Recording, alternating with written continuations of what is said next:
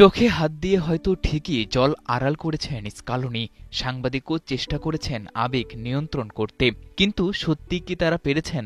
প্রশ্ন আর উত্তরটা যাকে ঘিরে তাকে নিয়ে ইমোশন ধরে রাখা যে বড্ড কঠিন। বিদায়ের ঘোষণাটা এখনো আসেনি, কিন্তু তার আগেই মেসিকে ঘিরে যা শুরু হয়েছে তা থেকে এটুকু স্পষ্ট, সিদ্ধান্তটা শোনার জন্য কেউই যে প্রস্তুত নয়।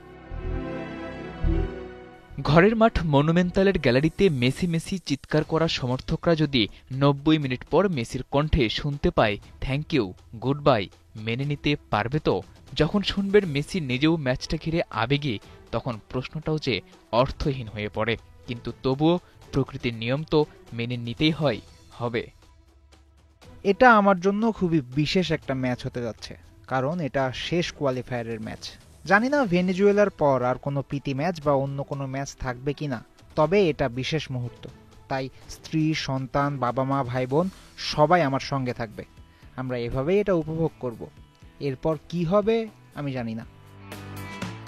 মেসি হয়তো ঠিকই তার পরিবার নিয়ে উপভোগ করবেন, বিশ্বের কোটি ভক্তরাও হয়তো সেই চেষ্টাই করবে, কিন্তু সবার মনে যে মেসিকে হারানোর ব্যথা রয়ে যাবে আজীবন।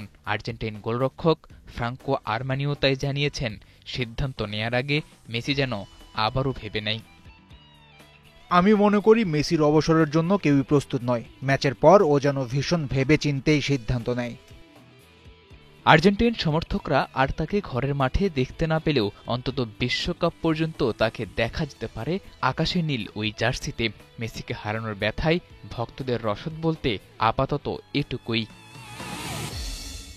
সাদাতুর রাফি, ৭১।